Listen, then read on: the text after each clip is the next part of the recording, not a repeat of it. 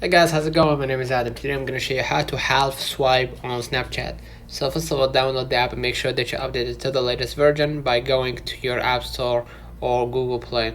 So what I'm going to do, I'm going to open up my Snapchat. And as you can see, this is the interface of the app. Now what I'm going to do, I'm going to just go ahead and click on my snaps on my chats at the bottom left corner right here. You're going to see it next to the location, next to the camera as well.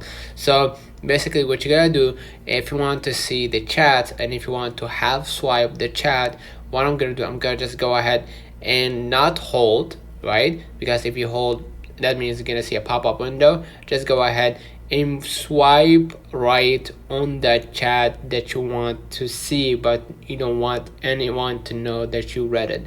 So I'm gonna go ahead right here, let's say to this chat for example, and as you can see right here, I'm half swiping this chat, and as you can see, there is no message, but if you saw a message, you're gonna be able to see, and if you saw a new message, you're gonna be able to see it right here without needing to let the other person know that you read that message. So let me know in the comments if this video helped you. Don't forget to like and subscribe, and thank you for watching.